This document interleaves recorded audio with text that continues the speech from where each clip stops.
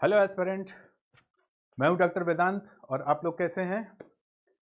आइए, जो भी परीक्षाएं होती हैं आपको पता है कि उसमें जो सामान्य अध्ययन है जीएस, उसकी महत्वपूर्ण भूमिका होती है और उसमें एक महत्वपूर्ण हिस्सा होता है भारतीय राज्य व्यवस्था एवं शासन को लेकर के।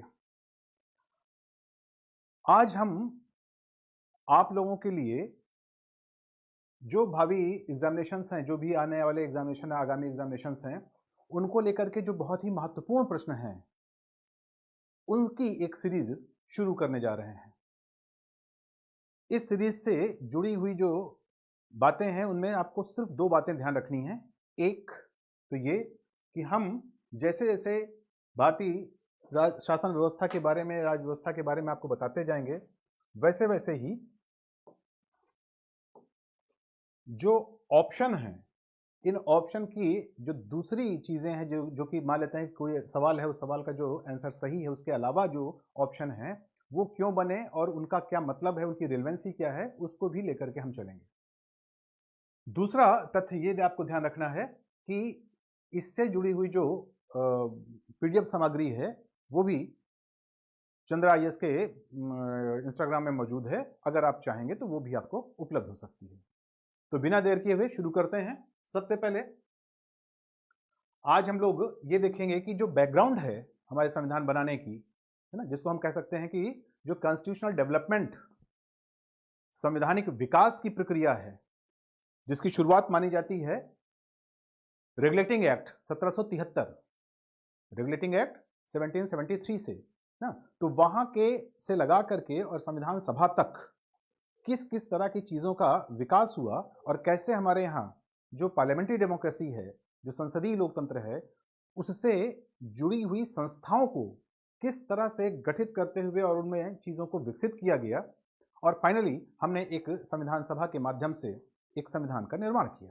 ठीक है, तो उनमें सबसे पहला सवाल हमारा रहेगा कि जो निम्नलिखित में से किससे या किन से भारत में अंग्रेजी शिक्षा की नींव पड़ी, क्योंकि आपको पता है कि जो कॉन्स्टिट्यूशनल ड्राफ्ट है वो मूल रूप से इंग्लिश में लिखा गया था, इसलिए इंग्लिश जो एजुकेशन है, जो एजुकेशन पैटर्न है, यानी भारत में जो अंग्रेजी शिक्षा का की स्थापना और उसका जो विकास है, उसको लेकर के भी एक सवाल यहाँ पर रखा गया है। ठीक है, तो यहाँ पर आप देखिए ये सारे क्वेश्चंस मूलतः किसी न किसी पीसीएस या आईएएस के लेवल के सवालों में आए हुए हैं, एग्जामिनेशंस में आए हुए हैं, इसलिए आप इनको कि मैन्युफैक्चर्ड ना समझ करके ये समझ के चलिएगा कि ये एक प्रकार के प्रेसिडेंस हैं।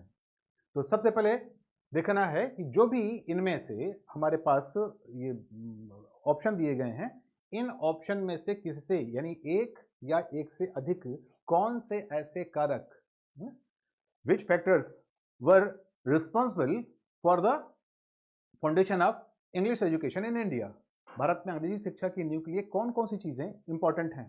तो सबसे पहले है 1813 का चार्टर एक्ट, 1813 का charter act, general committee of public instruction 1823 ना, प्राच्य एवं आंग्ल विद विवाद, यानी एक प्रकार का जो डिस्कशन है, एक प्रकार की जो कंट्रोवर्सी है, इसके बीच में प्राच्यविद यानी ओरिएंटलिस्ट और जो एंग्लिस्ट थे, जो अंग्रेजी शिक्षा के पक्ष में थे और जो भारतीय माध्यम या भारतीय जो कंटेंट है ना, जो करिकुलम है, उसके पक्ष में थे, उनको कहा गया है प्राच्यविद।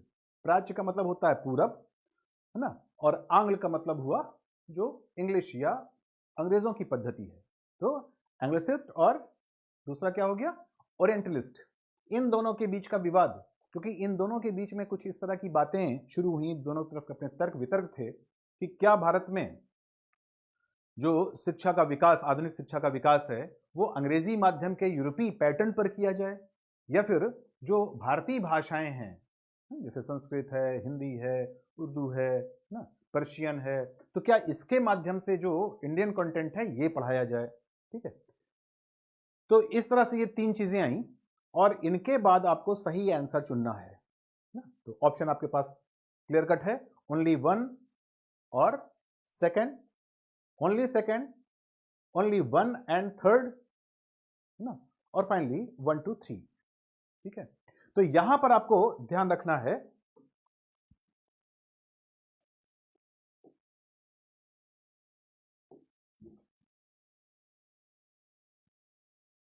कि भारत में जो शिक्षा का विकास है और विशेषकर अंग्रेजी शिक्षा का विकास है, उसमें ये तीनों बातें ही सही होंगी। ये तीनों बातें सही होंगी। कैसे सही होंगी, इनको समझ लीजिए।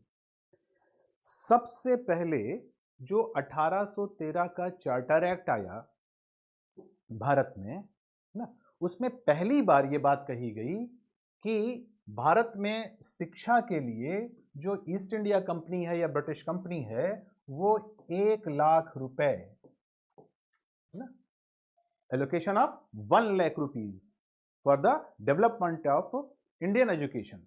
भारत में शिक्षा के लिए वो 1,00,000 रुपए का प्रोविजन किया उन्होंने। ध्यान रखिए, ये प्रोविजन था, बड़ा महीन अंतर है, इनको समझने की कोशिश करिएगा। सबसे पहले पैसे का जो आवंटन है, एलोकेशन ऑफ फंड है, उसकी शुरुआत कब से की गई? 1830 के एक्ट से, ठीक है। लेकिन अभी पैसा दिया नहीं गया, अभी पैसा डिसबर्स नहीं किया गया, सिर्फ एलोकेशन किया गया। ध्यान रखिएगा, पहली चीज होती है कि किसी भी चीज के लिए बजट में कोई चीज एलोकेट की जाती है, फिर उससे जुड़ा हुआ जो पैसा है, फंड है, धन है, वो रिलीज किया जाता है, जिसको कहते हैं डिसबर्समेंट। और फिर जब डिसबर्समेंट हो जाता है तो उसके बाद फिर उसका क्रियान्वयन या इंप्लीमेंटेशन होता है, तब उसको इंप्लीमेंट किया जाता है। तो यहां पर यह रखना है ध्यान कि 1813 में यह सिर्फ बजट आवंटित किया गया, यहां पर सिर्फ बजट एलोकेट किया गया। फिर एक 10 साल बाद एक कमेटी बनी, general committee of public instruction 1823 में। इस कमेटी की रिकमेंडेशन के बाद इसको डिसबर्स किया गया, यानी इसको रिलीज किया गया। पैसा वास्तव में जो फंड है जो एलोकेट किया गया था 1,00,000 रुपए को, इसका जो डिसबर्समेंट है वो डिसबर्समेंट किया गया 1823 में, यानी 10 साल बाद। अब समस्या आई किसकी? इसके इंप्लीमेंटेशन की।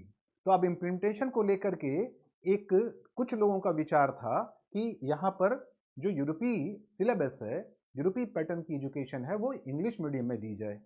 और दूसरा था कि जो भारतीय कैरिकुलम है, जो भारतीय जो सिलेबस है, इसको जो इंडियन कॉन्टिनेंट की जो भाषाएं हैं, इनके माध्यम से इसको दिया जाए। इसीलिए यहां पर ओरिएंटलिस्ट का ग्रुप एक बन गया और एक ग्रुप बन गया एंग्लिस्ट का, ठीक है ना। तो यहां पर दो शब्द याद रखिएगा। पहली बात यह है कि एजुकेशन का सिलेबस क्या होगा, उसका कंटेंट क्या होगा, और दूसरी बात कि उसको बताने का, उसको पढ़ाने का, उसको लर्न कराने का मीडियम क्या होगा।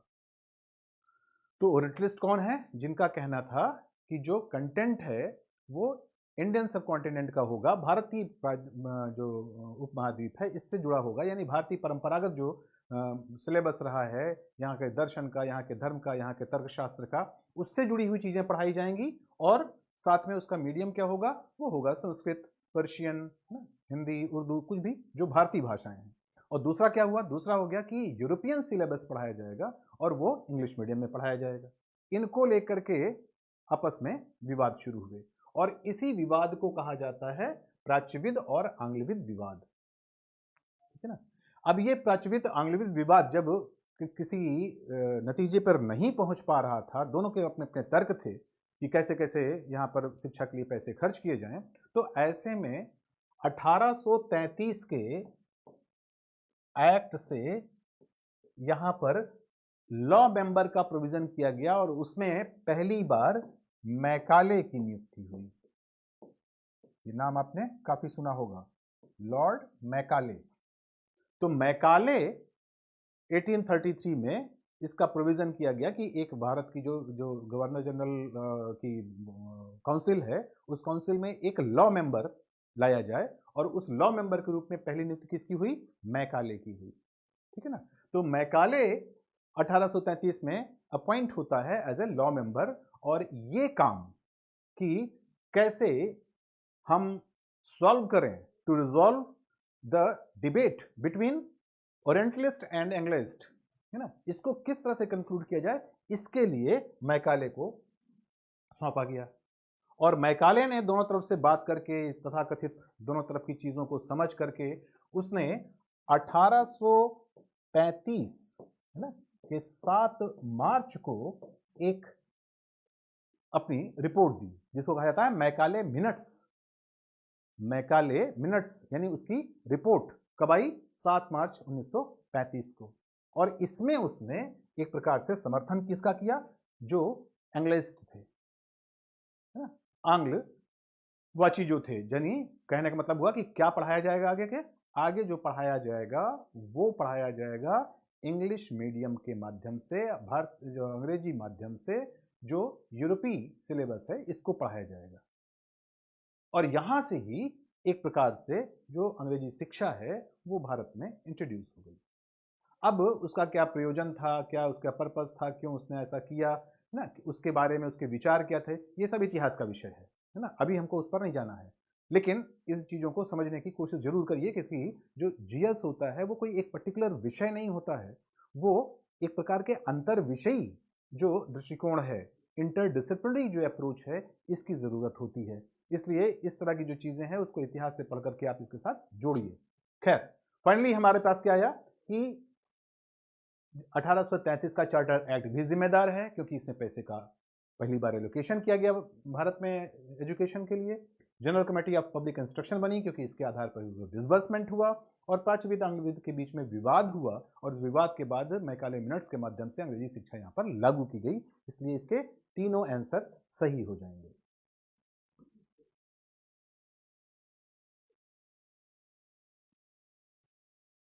आइए दूसरे सवाल पर चलते हैं।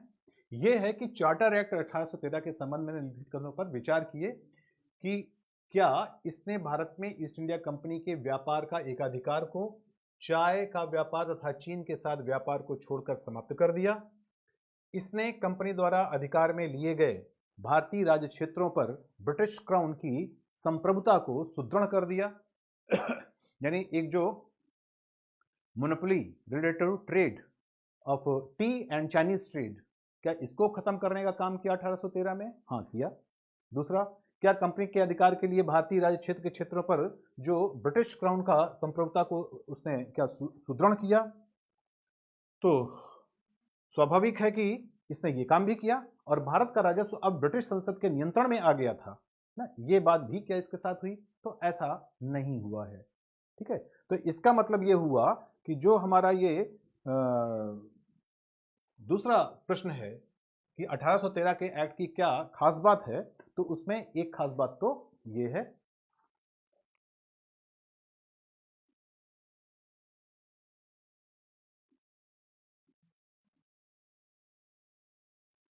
कि इसने ईस्ट इंडिया कंपनी के व्यापारिक एकाधिकार को, यानी monopoly related to trade to East Indies, इसमें उसने चाय के व्यापार पर एकाधिकार बना रहने दिया अभी ईस्ट इंडिया कंपनी का। और जो ईस्ट इंडिया कंपनी का चाइनीज ट्रेड होता था, चाइना के साथ ट्रेड होता था, है ना, उस ट्रेड को भी बना रहने दिया। बाकी जितना भी व्यापार भारत के साथ उसका हो रहा था, उसके एकाधिकार को, उसकी मोनोपोली को उसने खोल दिया। यानी अब ब्रिटेन का कोई भी व्यापारी, है ना, वो भारत के साथ व्यापार कर सकता है। अब ये अनिवार्यता नहीं रह गई कि किसी भी व्यापारी को ईस्ट इंडिया कंपनी के माध्यम से व्यापार करना पड़ेगा भारत के साथ, ऐसा नहीं रह गया। इसका मतलब ये हुआ कि इसका ये आंसर भी सही है और इसका दूसरा आंसर भी सही है। अब बात आती है तीसरे का कि भारत का राजस्व अब ब्रिटिश संसद के नियंत्रण में आ गया था। नहीं, ये बात गलत है, क्योंकि भारत का जो राजस्व है उस पर पहली बार नियंत्रण करने का काम रेगुलेटिंग एक्ट के माध्यम से किया गया था। इसलिए इसका आंसर जो पहला और दूसरा है केवल यही सही होगा, है ना, बाकी के संदर्भ में ऐसा नहीं होना चाहिए। ठीक है,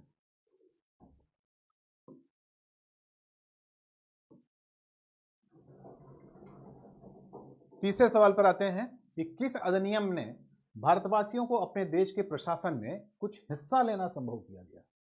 ठीक है, तो यहां पर जो शब्द इंपॉर्टेंट है आपको ध्यान में रखना है कि हमको वो एक्ट बताना है जिसमें कि इंडियंस को, भारतवासियों को अपने देश के प्रशासन में, ठीक है ना, ये पॉइंट बड़ा इंपॉर्टेंट है। कौन सा शब्द? प्रशासन में, है ना, प्रशासन में हिस्सा लेना संभव बनाया। अब ये बात आपको तभी समझ में आएगी जब आपको समझना होगा कि शासन और प्रशासन में क्या अंतर होता है। What is the difference between administration and rule. प्रशासन और शासन के बीच में क्या अंतर होता है, ये बात तब आपको समझ में आएगी। ठीक है, तो ये चीज हम आपको बताते हैं। उसके पहले जल्दी से पहले इसका आंसर लगा लें कि भारतवासियों को अपने देश के प्रशासन में कब, जब charter act 1833, charter act 1853, government of India act 1858, Indian council act 1861। अब यहां पर संक्षेप में आप बात समझिए। हमारा सही आंसर होगा प्रशासन में भारतीयों की हिस्सेदारी, participation of Indian in British administration in India, है ना, उसकी शुरुआत कब हुई? 1833 के चार्टर एक्ट से। ठीक है, यहाँ पर जो बाकी चार्टर एक्ट हैं उस पर हम लोग एक क्विक रिव्यू मारते हैं कि चार्टर एक्ट 1853 से ध्यान रखिएगा कि जो भारत में सिविल सेवाएं हैं, है ना, इनको प्रतियोगिता के आधार पर इसकी जो भर्ती है ना, वो शुरुआत की गई, यानी कॉम्पिटिटिव जो recruitment of Indian civil services ना थ्रू कॉम्पिटिटिव एग्जामिनेशंस, है ना, तो ये चीज़ें शुरू की गई 1853 में।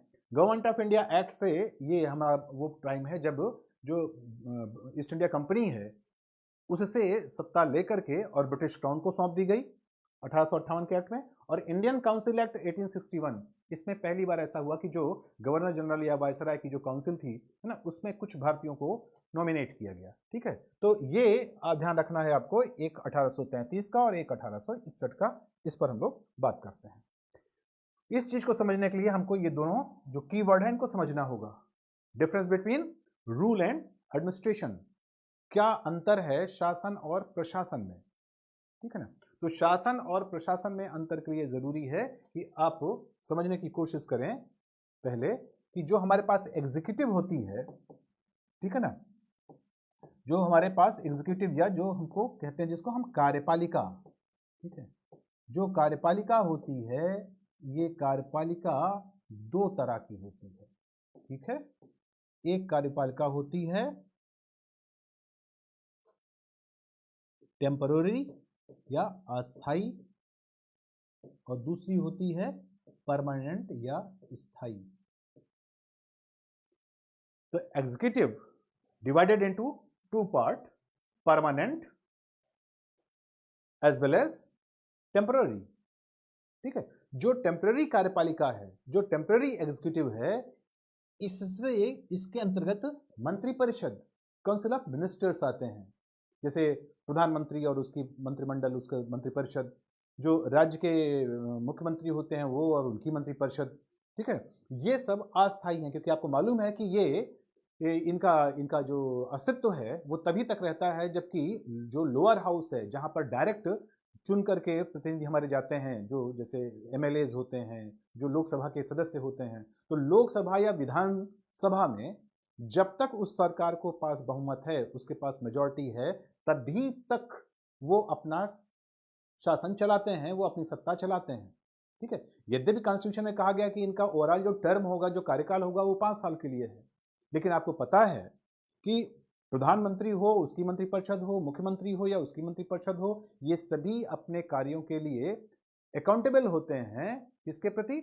जो लोअर हाउस या जो डायरेक्ट रिप्रेजेंटेटिव हाउस होता है उसके लिए ना। केंद्र के संदर्भ में बात करें तो लोकसभा, और अगर प्रांतों के संदर्भ में बात करें तो वो होती है विधानसभा, इसके प्रति उत्तरदायी होते हैं। इसीलिए जो भी नेता या जो भी व्यक्ति विधानसभा में या संसद लोकसभा में अपना बहुमत सिद्ध कर सकता है या बहुमत उसको प्राप्त होता है ना, उसका जो नेता होता है सच वही प्रधानमंत्री या मुख्यमंत्री की कुर्सी पर आसीन होता है। तो जो मुख्यमंत्री या प्रधानमंत्री है और उसके जो मंत्रिपरिषद है, इनका कार्यकाल किस पर डिपेंड किया? इसका कार्यकाल डिपेंड किया हुआ है तथाकथित लोकसभा या फिर विधानसभा के संदर्भ में। ठीक है, तो इसका मतलब हुआ कि इनका एक निश्चित समय नहीं है कि ये कब तक शासन करेंगे। हो सकता है कि 5 साल पूरा करें, या हो सकता है 5 साल के पहले ही वहां पर अविश्वास हो जाए सदन को और उनको अपनी सत्ता छोड़नी पड़े। इसीलिए इस हिस्से को कहा जाता है अस्थायी कार्यपालिका या टेम्पररी एग्जीक्यूटिव, और यही लोगों को कहा जाता है शासन, क्योंकि इसमें जो लोग बैठते हैं ये हैं शासक, इसलिए ये हुआ शासन या रूल। तो रूल किसका है? सत्ता किसकी है? लेकिन उनके साथ ये है कि ये अस्थायी होते हैं। दूसरी एग्जीक्यूटिव हमारी क्या होती है? दूसरी एग्जीक्यूटिव यानी जो चीज़ों को लागू करती है। आपको मालूम है ना कार्यपालिका का काम क्या है? कार्यपालिका का काम है कि जो विधायिका के द्वारा कानून बनाए जाए उनको इम्प्लीमेंट करे, उसको लागू करे। तो जो दूसरी चीज़ होती है वो होती है इन शासक वर्ग या इन शासन के नीचे पैरेलल रूप से काम करने वाली ब्यूरोक्रेसी, अधिकारी तंत्र, नौकरशाह। ये जो ब्यूरोक्रेट्स होते हैं जिसको आप नॉर्मली सुनते हैं सचिवालय, है ना, या सीएमओ, पीएमओ, प्रधानमंत्री कार्यालय ना, मुख्यमंत्री कार्यालय। तो यहाँ पर जो अधिकारी होते हैं, कर्मचारी होते हैं, ये सब क्या हैं? ये स्थायी हैं। किसी की सरकार आए जाए लेकिन ये लोग अपनी नौकरी करते रहते हैं, ठीक है। और आपको मालूम है कि इनकी नौकरी पक्की होती है और ये जाकर के एक निश्चित उम्र के बाद ना 60 साल 62 साल जो भी उनकी उम्र है वहां पर जाके ये अवकाश लेते हैं, वहां पर रिटायर होते हैं। इस बीच कितनी भी सरकारें आए जाएं इनसे कोई लेना देना नहीं होता। जैसे भारत का कैबिनेट सचिव ना, राज्य में मुख्य सचिव, उसी तरह से जो सचिवों के नीचे पूरी एक सीरीज चली आती है, पूरी एक हायरार्की चली आती है, ये सब स्थायी कार्यपालिका के उदाहरण है, ठीक है ना। तो जो स्थायी कार्यपालिका है यानी परमानेंट है वो कौन है? उसे कहा जाता है प्रशासन,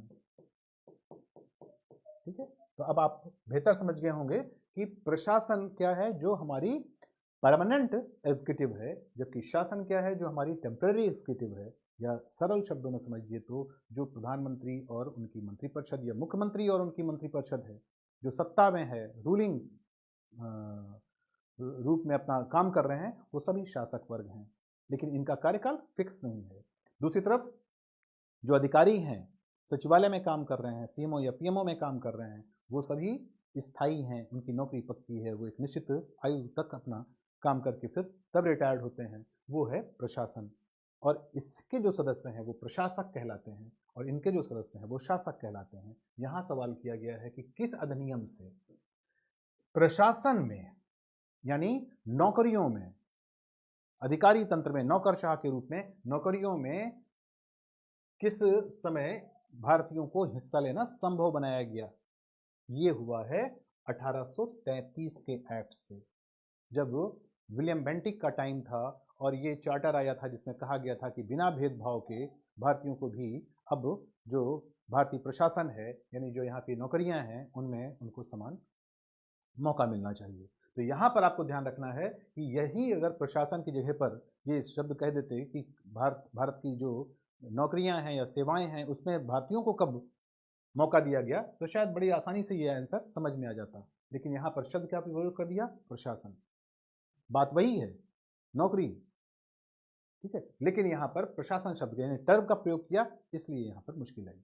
दूसरी तरफ हमने क्या कहा? शासक कौन है? जो मंत्रिपरिषद होती है, ठीक है, या जो प्रधानमंत्री या मुख्यमंत्री होता है। तो उस वक्त भारत का शासन किसके हाथ में है ना? 1861 के आसपास। तो 1858 के बाद आपको मालूम है कि भारत का जो गवर्नर जनरल है वो बन गया गवर्नर जनरल एंड वायसराय। और ये जो गवर्नर जनरल एंड वायसराय बना, इसकी अपनी एग्जीक्यूटिव काउंसिल थी। और ये जो काउंसिल थी, इसमें पहली बार जो एक्स्ट्रा मेंबर के रूप में कुछ भारतीयों को रखा गया, जैसे राजा पटियाला, राजा बनारस ना, इनको जो रखा गया, एक तरह से कह सकते हैं कि यहाँ पर वो एक प्रकार से उन्होंने शासन में पहली बार, नॉमिनेशन के लेवल पर ही, लेकिन शासन में पहली बार मौका दिया। इसलिए अगर कभी ये सवाल शासन के अंतर्गत आ जाए कि किस अधिनियम से भारतवासियों को पहले देश के शासन में कुछ मौका दिया गया, तो वो आंसर क्या हो जाएगा? 1861।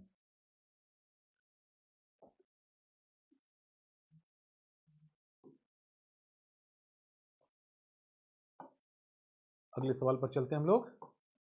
किस अधिनियम के अंतर्गत भारतीय विधान परिषद को बजट पर बहस करने की शक्ति मिली? बहुत अच्छा सवाल है, क्योंकि यहां पर सवाल देखिए ध्यान रख से, बजट पर बहस। आपको मालूम है कि आज भी क्या होता है, कोई बजट होता है तो बजट पर पहले डिस्कशन होता है, बहस होती है, ठीक है ना। दूसरा, फिर उस पर मतदान होता है, उस पर वोटिंग होती है। तो डिबेट एंड वोटिंग, ठीक है ना। तो इसका मतलब हुआ कि यहां पर जो सवाल किया गया है वो कहा गया है बजट पर बहस, बजट पर मतदान की बात नहीं की गई, ठीक है ना। तो यहां पर आपको दो सक्सेसिव जो अधिनियम है वो याद रखने हैं। क्या क्या? एक तो याद रखना है 1892 और दूसरा याद रखना है 1909। क्या मतलब हुआ? मतलब ये हुआ कि भारतीयों को, जो भारतीय मेंबर्स हैं, इनको बजट पर डिबेट करने का, इन पर बहस करने का जो अधिकार है, शक्ति है, ये मिली कब से? इंडियन काउंसिल एक्ट 1892 से। जबकि इंडियन काउंसिल एक्ट 1909 से उनको बजट पर वोटिंग करने का भी अधिकार मिल गया। ठीक है, तो बहस करने का अधिकार पहले मिला और फिर वोटिंग करने का अधिकार बाद में। कितनी बात क्लियर है? यहां पर एक सवाल और बनता है, उसको भी समझते चलिए। कभी कभी सवाल ये पूछा जाता है कि भारत में जो निर्वाचन है, जो चुनाव है, जो इलेक्शन है, इसकी शुरुआत कब हुई? अब आपको ध्यान रखना है कि जो इलेक्शन होते हैं ये भी दो तरह के होते हैं।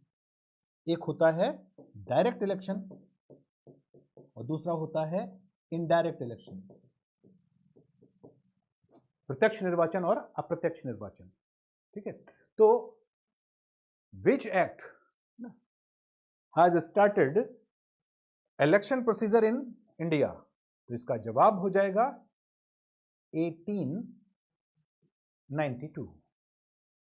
दूसरा सवाल, ये जो इलेक्शन का प्रोसीजर शुरू किया गया, ये कैसा था? डायरेक्ट यानी सीधे जनता के द्वारा, या फिर इनडायरेक्ट, जनता के द्वारा नहीं, जो किसी संघ के, किसी संस्था के प्रतिनिधि हैं ना, उनके द्वारा जब चुना जाता है ना, जब वो किसी प्रतिनिधियों के माध्यम से किसी चुनाव में भाग लिया जाता है, तो उसको कहा जाता है इनडायरेक्ट इलेक्शन।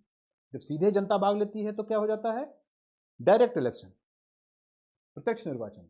और जब जनता सीधे भाग नहीं लेती बल्कि जनप्रतिनिधि भाग लेते हैं, तो उसको कहा जाता है इनडायरेक्ट इलेक्शन या अप्रत्यक्ष या परोक्ष चुनाव। तो 1892 से पहली बार चुनाव की शुरुआत हुई और यह चुनाव कैसा था? यह चुनाव था इनडायरेक्ट, अप्रत्यक्ष। तो फिर सवाल यह भी बनता है कि भारत में डायरेक्ट इलेक्शन की शुरुआत कब हुई? तो डायरेक्ट इलेक्शन की शुरुआत हुई 1909 से। तो जैसे आपको यह याद रखना है कि बजट पर डिबेट कब से शुरू हुआ और बजट पर वोटिंग देने की पावर कब आई भारतीय मेंबर की, तो वहीं पर यह भी ध्यान रखे रहिएगा कि जो भारतीय मेंबर हैं वो बनेंगे कैसे? वो या तो डायरेक्ट इलेक्शन से बनेंगे या इनडायरेक्ट इलेक्शन से बनेंगे। तो पहले इनडायरेक्ट इलेक्शन शुरू हुआ, पहले अप्रत्यक्ष निर्वाचन शुरू हुआ, फिर प्रत्यक्ष निर्वाचन शुरू हुआ। तो ये दोनों एक्ट जो लगातार हैं 1892 और 1909, इनको आपको एक क्रम से याद रखना है। अब सरल भाषा में एक एक लाइन में क्या?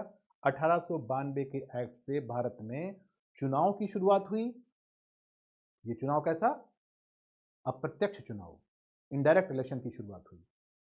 और इसी में भारतीय प्रतिनिधियों को बजट पर बहस करने का अधिकार दिया गया। क्लियर? दूसरा यह कि 1909 के अधिनियम से प्रत्यक्ष निर्वाचन की शुरुआत हुई, डायरेक्ट इलेक्शन की शुरुआत हुई, और इस टाइम भारतीय प्रतिनिधियों को अब बजट पर वोटिंग का पावर भी दिया गया, मतदान की शक्ति भी प्रदान की गई। तो संभव है कि ये भी आपको क्लियर हो गया। अब हम लोग अगले लेवल पर चलें। निम्नलिखित में से एक अध्ययन द्वारा भारत में संघीय न्यायालय की स्थापना की गई। ठीक है, विच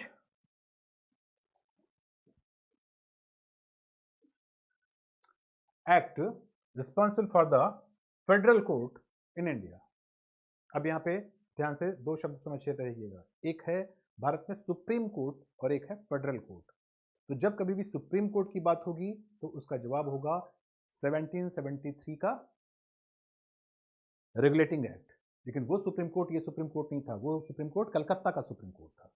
तो 1773 के रेगुलेटिंग एक्ट से कलकत्ता में एक सुप्रीम कोर्ट का विधान किया गया, कलकत्ता में एक सुप्रीम कोर्ट का प्रोविजन किया गया और उसकी स्थापना 1774 में हुई। ये एक अलग प्रश्न है।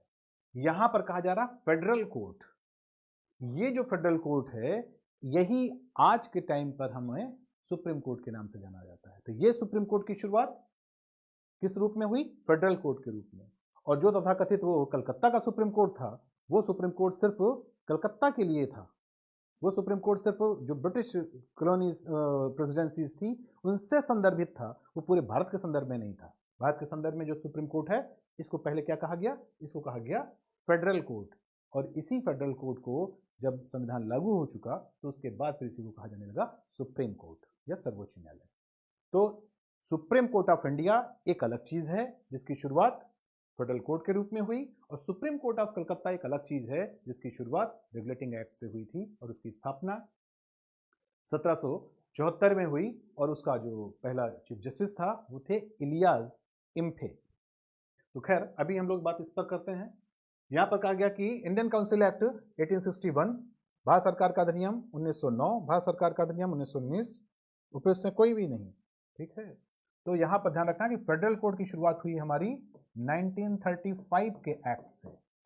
क्या इसमें कहीं कोई आंसर है जो 1935 का एक्ट बता रहा हो? नहीं है। इसका मतलब कि जवाब क्या सही हो गया? उपयुक्त में से कोई नहीं, ठीक है ना। तो फेडरल कोड की स्थापना कब हुई? 1935 के एक्ट से, और यही फेडरल कोड जो बनाया गया, कॉन्स्टिट्यूट किया गया इस प्रोविजन के माध्यम से, वही बाद में बन गया हमारा सुप्रीम कोर्ट ऑफ इंडिया। तो ये हुआ हमारा आज का 5वां प्रश्न। तो उम्मीद है इन सवालों से केवल आपको जो क्वेश्चन उठाए गए हैं सिर्फ उनका फायदा नहीं मिलेगा, बल्कि आपको जो उसके आसपास के ऑप्शन है, जो उसके आसपास के इतिहास है, जो उसके आसपास का और डेवलपमेंट है, जो उससे रिलेटेड फैक्ट्स हैं, उनको भी हमने बताने की कोशिश की। इसी तरह से विस्तार से हम आपके पास एक के बाद एक जो एपिसोड है वो लाते जाएंगे, और ये बाकायदा एक क्वेश्चन आंसर की सीरीज ऐसी बनेगी जो कि आपको किसी भी एग्जामिनेशन में बहुत ज़्यादा ही महत्वपूर्ण होगी, जिसका कि जो पीडीएफ मटेरियल है वो चंद्र IAS के इंस्टाग्राम में आपको उपलब्ध हो जाएगा। इजाजत, नमस्कार।